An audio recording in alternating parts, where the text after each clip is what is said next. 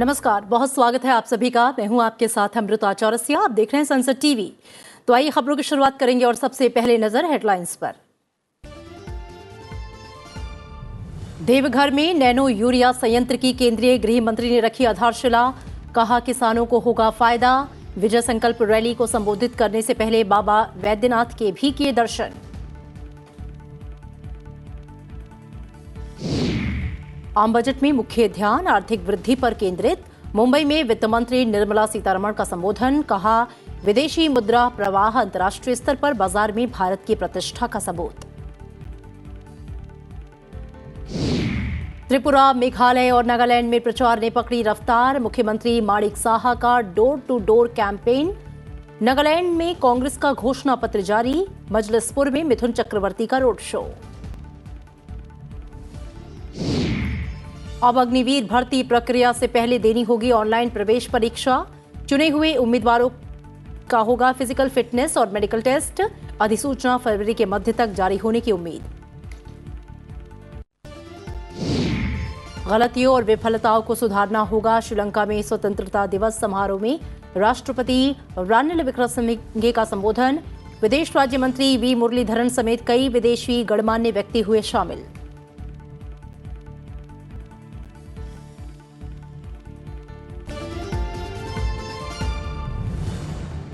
और खबरें विस्तार से। केंद्रीय गृह मंत्री अमित शाह ने झारखंड के देवघर में भारतीय किसान उर्वरक सहकारी लिमिटेड इफ्को के 450 करोड़ रुपए के नैनो यूरिया संयंत्र और टाउनशिप की आधारशिला रखी।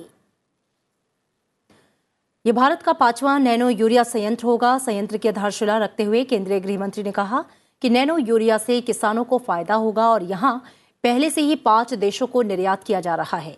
नैनो यूरिया फसल की उत्पादकता, मिट्टी के स्वास्थ्य और उपज की पोषण गुणवत्ता में सुधार करता है। इसका उद्देश्य पारंपरिक यूरिया के असंतुलित और अत्यधिक इस्तेमाल को दूर करना है। जितनी भी नई सहकारिता की इकाइयां लगेगी वो सभी नई इकाइयों में अब टैक्स 26% की जगह 15% लगेगा। इसके साथ साथ सहकारिता मंत्रालय बनने के बाद हमने पूरे भारत के सहकारिता के डेटा बैंक को बनाने का काम किया है। अब एक चिन्हित हो गया है कि कौन सी पंचायत के अंदर पैक्स नहीं है, कौन सी पंचायत के अंदर डेयरी नहीं है, कौन सी पंचायत जहां संभावना होने के बावजूद मछुआरा कोऑपरेटिव सोसाइटी नहीं है। ये सारी पंचायतों को हमने एक प्रोग्राम बनाया है इस बजट के अंदर। इसके लिए बहुत बड़ी राशि भी उपलब्ध कराई गई है। इससे इतर केंद्रीय गृह मंत्री अमित शाह ने देवघर में विजय संकल्प रैली को भी संबोधित किया। इस दौरान उनके निशाने पर विपक्षी पार्टियां रहीं। अमित शाह ने कहा कि बजट में मध्यम वर्ग को राहत देने का कार्य किया गया।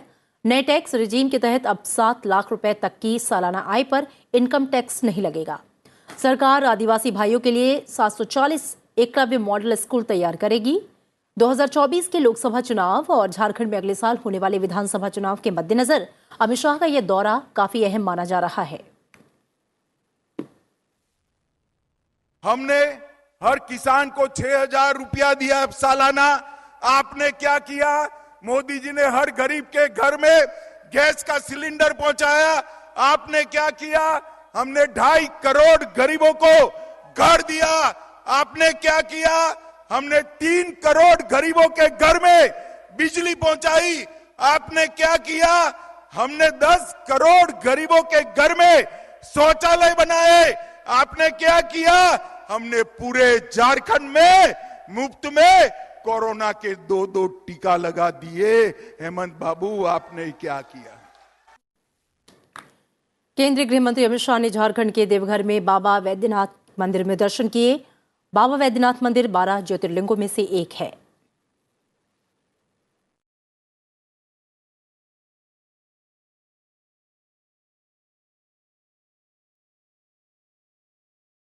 केंद्रीय वित्त मंत्री निर्मला सीतारमण ने कहा है कि वित्त वर्ष 2023-24 के लिए पेश आम बजट में मुख्य ध्यान आर्थिक वृद्धि पर केंद्रित किया गया है।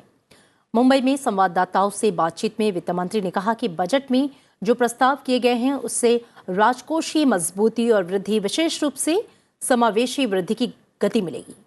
बजट पेश करने के बाद मंत्रालय के शीर्ष अधिकारियों के साथ मुंबई पहुंची वित्त मंत्री ने कहा कि वृद्धि पर मुख्य रूप से ध्यान केंद्रित किया गया है। हम पुनरुद्धार के साथ आर्थिक वृद्धि को बनाए रखना चाहते हैं।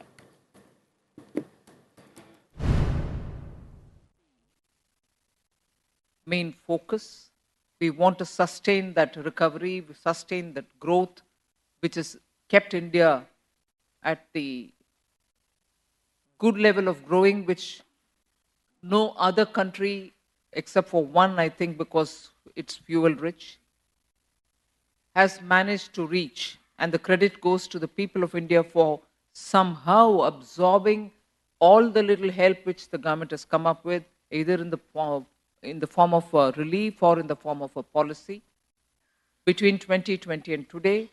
And that recovery momentum should not be lost. And therefore, it was an expressed desire of the Prime Minister that the public capital expenditure should be kept up. And that is why it has reached double digit 10 lakh crores. That is the emphasis which is before you, and I'm sure that's the emphasis you would have wanted us to keep without undermining the growth potential. Other than that, everything else. सरकार केंद्रीय budget के प्रावधानों को आमजन तक पहुंचाने के लिए देश भर में आज और कल विशेष अभियान चला रही है। इस पहुंच कार्यक्रम के दौरान केंद्रीय मंत्री देश के अलग अलग राज्यों में बजट पर प्रेस कॉन्फ्रेंस कर रहे हैं। मेगा बजट रीच आउट कार्यक्रम में वाणिज्य मंत्री पीयूष गोयल ने बंगलुरु में, कानून मंत्री किरेन रिजिजू ने वाराणसी में और सूचना प्रसारण मंत्री अनुराग ठाकुर ने जम्मू में प्रेस कॉन्फ्रेंस कर आम बजट के प्रमुख प्रावधानों और घोषणाओं की जानकारी दी। केंद्रीय महिला और बाल विकास मंत्री स्मृति ईरानी ने कोलकाता में बंगाल सरकार को धन उपलब्ध नहीं कराने के आरोपों का खंडन किया। वहीं रेल मंत्री अश्विनी वैष्णव ने हैदराबाद में तेलंगाना के लिए रेल बजट में किए गए प्रावधानों का जिक्र किया। India, which has over the last 9 years grown from the 10th largest economy to the 5th largest, and in the next 4 or 5 years will become the 3rd largest economy in the world, is now set for better and brighter future for every Indian. मुख्य रूप से इस budget में हर एक समाज के हर एक वर्ग, खास करके जो पिछड़े हुए लोग हैं, वंचित लोग हैं, उनके लिए ऐसे व्यवस्था किया गया है जिससे अब कोई पीछे नहीं रहेंगे। उनके लिए बहुत ही कायदे से हर एक प्रोग्राम का तय किया गया है और जिसके वजह से उसका उत्थान होगा। आज तक का सबसे बड़ा बजट प्रधानमंत्री आवास योजना में 79,000 करोड़ रुपए का बजट का प्रावधान किया गया है, जो पिछले वर्ष की तुलना में 66% ज्यादा है।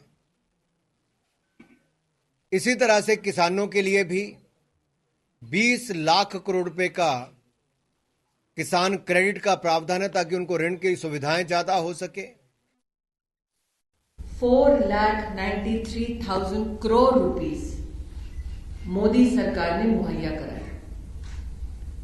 और इसीलिए आज प्रधानमंत्री मोदी विमेन लेड डेवलपमेंट की बार बार बातें राष्ट्र के सम्मुख कह रहे हैं। As a woman, I take great pride that a savings instrument has been proposed in the union budget, particularly for women.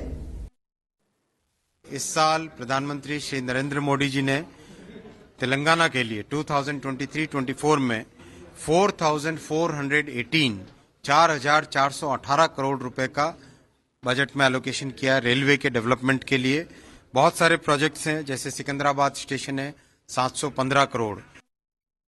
और अब चुनाव से जुड़ी हुई खबरें। नागालैंड विधानसभा के लिए 27 फरवरी को होने वाले चुनाव के लिए ईस्टर्न नागालैंड पीपल्स ऑर्गेनाइजेशन ने चुनावों के बहिष्कार का अपना फैसला शनिवार को वापस ले लिया। गृह मंत्रालय ने ENPO के प्रस्ताव की समीक्षा का अनुरोध किया था। केंद्रीय गृह मंत्री अमित शाह ने फैसले का स्वागत किया है। एनपीएफ ने नागालैंड की 60 सदस्यीय विधानसभा के लिए अपने 16 उम्मीदवारों की पहली सूची जारी कर दी। नागालैंड में विधानसभा चुनाव 27 फरवरी को होंगे और मतगणना 2 मार्च को होगी। कांग्रेस ने नागालैंड विधानसभा चुनाव के लिए अपना चुनावी घोषणा पत्र जारी कर दिया। साथ ही 21 उम्मीदवारों की पहली सूची जारी की। नागालैंड प्रदेश कांग्रेस कमेटी के अध्यक्ष के थेरी को दीमापुर 1 सीट से उम्मीदवार बनाया गया।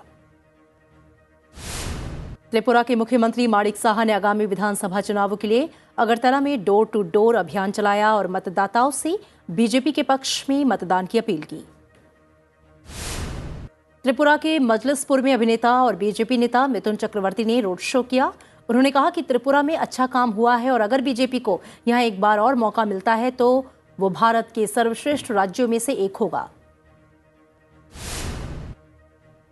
मेघालय में सत्तारूढ़ एनपीपी ने वादा किया है कि फिर सत्ता में आने पर अगले 5 साल में राज्य में 5 लाख रोजगार सृजित करेगी।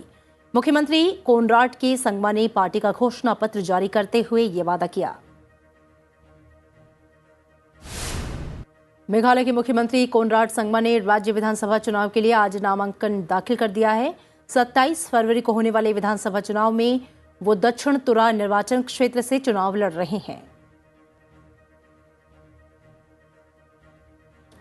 कुछ और खबरें। जम्मू कश्मीर में डोडा जिले के एक गांव के कई घरों में दरारें आने के मामले पर उपराज्यपाल मनोज सिन्हा ने शनिवार को कहा कि जम्मू कश्मीर प्रशासन हालात पर करीबी नजर रख रहा है। हालांकि उन्होंने डोडा के हालात की तुलना उत्तराखंड के जोशी मठ में हुई भू धसाव की घटना के साथ करने से इनकार किया। किश्तवाड़ बटोटे राष्ट्रीय राजमार्ग के पास थाथरी में नई बस्ती गांव में कई घरों में दरारें आ गई हैं। उपराज्यपाल ने कहा कि पीड़ित परिवारों को हर संभव सहायता उपलब्ध कराई जाएगी। दरारें आने के बाद 3 घर ढह गए जबकि 18 अन्य घर असुरक्षित पाए गए, जिसके चलते जिला प्रशासन को 100 से अधिक लोगों को सुरक्षित स्थानों पर स्थानांतरित करना पड़ा। तो कुछ वैज्ञानिकों का दल उसके अध्ययन हेतु आया है। जिला प्रशासन ने जहां 19 भवनों की बात थी उनको खाली करा लिया गया, सुरक्षित स्थानों पर रख लिया गया है। मुझे लगता है कि कुछ ज्यादा हाइप क्रिएट करने की जरूरत नहीं है। पूरी तरह से पैनी नजर प्रशासन की है और जो भी बेस्ट पॉसिबल होगा वो किया जाए। और इधर भारतीय भूवैज्ञानिक सर्वेक्षण का वैज्ञानिक दल डोडा के नई बस्ती क्षेत्र पहुंचा। उपायुक्त विशेष पॉल महाजन ने कहा कि कुल 19 घरों में दरारें आई हैं। भारतीय भूवैज्ञानिक सर्वेक्षण की टीम काम कर रही है। उन्होंने कुछ नमूने लिए हैं। हम कारणों का पता लगाने की कोशिश कर रहे हैं। सेना ने अग्निवीर भर्ती प्रक्रिया में बदलाव की घोषणा की, जिसके तहत सेना में शामिल होने के इच्छुक उम्मीदवारों को अब पहले ऑनलाइन सामान्य प्रवेश परीक्षा देनी होगी। इसके बाद उम्मीदवारों की फिजिकल फिटनेस और संबंधी परीक्षण और मेडिकल जांच से उनको गुजरना होगा। सेना की ओर से विभिन्न समाचार पत्रों में प्रक्रिया में बदलाव के संबंध में विज्ञापन दिए गए हैं। हालांकि इस बाबत अधिसूचना फरवरी के मध्य तक जारी होने की उम्मीद है और अप्रैल में देश भर के लगभग 200 स्थानों पर आयोजित की जा सकती है। इस बदलाव से भर्ती रैलियों के दौरान देखी जाने वाली भारी भीड़ में कमी आएगी और भर्ती का प्रबंधन तथा संचालन आसान हो सकेगा।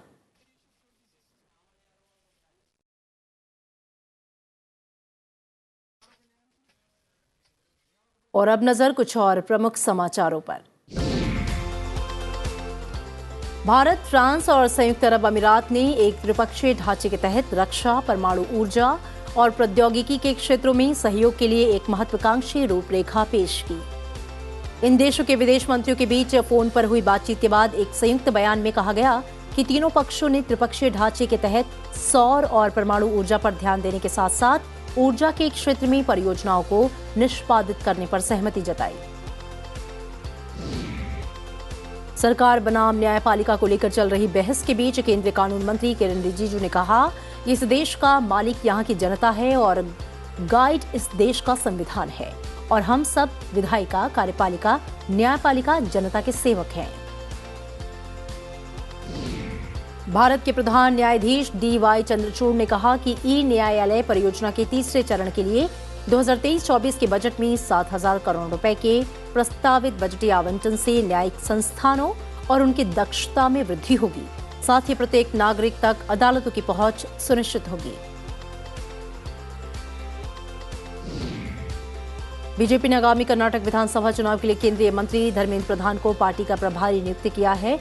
पार्टी की तमिलनाडु इकाई के अध्यक्ष के अन्नामलाई इन चुनावों के लिए पार्टी के सह प्रभारी होंगे। अमेरिका के राष्ट्रपति जो बाइडेन ने डेमोक्रेटिक पार्टी की एक बैठक में राष्ट्रपति के रूप में दूसरे कार्यकाल के लिए उम्मीदवारी पेश करने का संकेत दिया।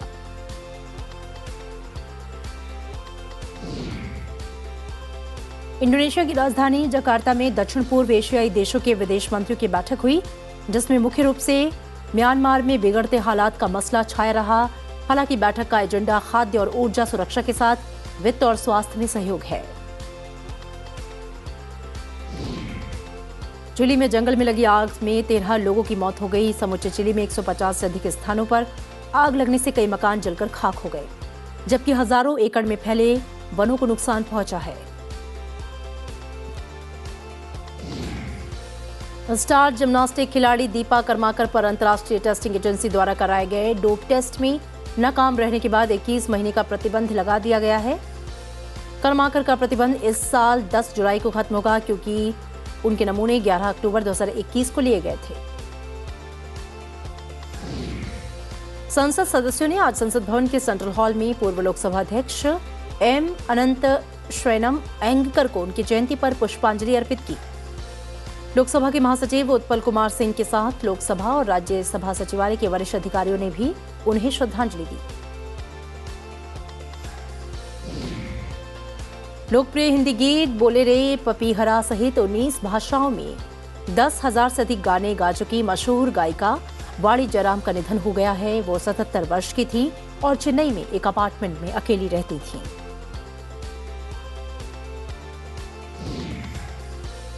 और आइए इसी के साथ यहां पर रुकेंगे एक छोटे से ब्रेक के लिए।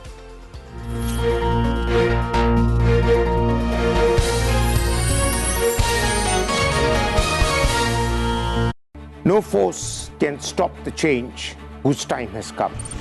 An emerging global power in a fast-changing geopolitical environment. With a goal to modernize, to showcase our defenders who are always battle ready.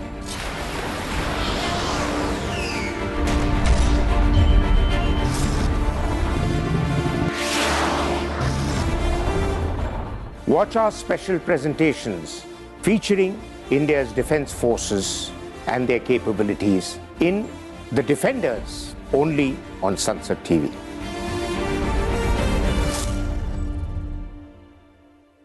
The glorious journey of India's 75 years of independence, protection of rights, ensuring equality, to empower, to deliver justice. Laws that have defined India and its people. Laws that everyone should know. Watch 75 years. Laws that shaped India. With me, Hemant Batra, only on Sansad TV.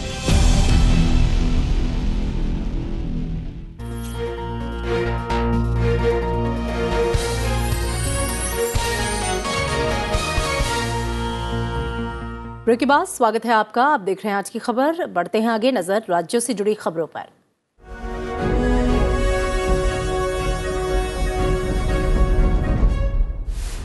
प्रधानमंत्री नरेंद्र मोदी जयपुर महाखेल के प्रतिभागियों को रविवार को video conferencing के जरिए संबोधित करेंगे। पीएमओ ने कहा कि महाखेल का संगठन जयपुर के युवाओं को अपनी खेल प्रतिभा दिखाने का अवसर है। पंजाब के मुख्यमंत्री भगवंत मान ने पेशेवर प्रशिक्षण के मकसद से 36 सरकारी स्कूलों के प्रधानाचार्यों के पहले समूह को उनकी सिंगापुर यात्रा के लिए हरी झंडी दिखाकर रवाना किया। उत्तर प्रदेश के मुख्यमंत्री योगी आदित्यनाथ ने लखनऊ में भारतीय जनता युवा मोर्चा के कार्यकर्ताओं से मुलाकात की। शिमला के रिज मैदान पर 11 इलेक्ट्रिक वाहनों को हरी झंडी दिखाने के बाद हिमाचल प्रदेश के मुख्यमंत्री सुखविंदर सिंह सुक्खू ने कहा कि शिमला शहर और इसके आसपास के क्षेत्रों में करीब 300 ई बसें चलाई जाएंगी। बृहन मुंबई महानगर पालिका ने वित्त वर्ष 2023-24 के लिए 52,619 करोड़ 7 लाख रुपए का बजट पेश किया। इस बार पेश किया गया बजट 2022-23 के मुकाबले 14.52% अधिक है। प्रवर्तन निदेशालय ने आबकारी घोटाला मामले में दायर एक आरोप पत्र में केजरीवाल को नामजद किया है, जिसके बाद बीजेपी की दिल्ली इकाई के नेता विरोध प्रदर्शन कर रहे हैं।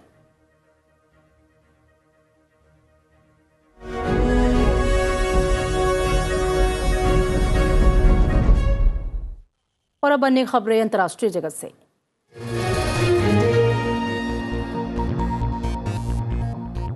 श्रीलंका के राष्ट्रपति रानिल विक्रमसिंघे ने आजादी की 75वीं वर्षगांठ के मौके पर कहा कि देश को अपनी गलतियों और विफलताओं को सुधारने और एक राष्ट्र के तौर पर अपनी ताकत की समीक्षा करने की आवश्यकता है।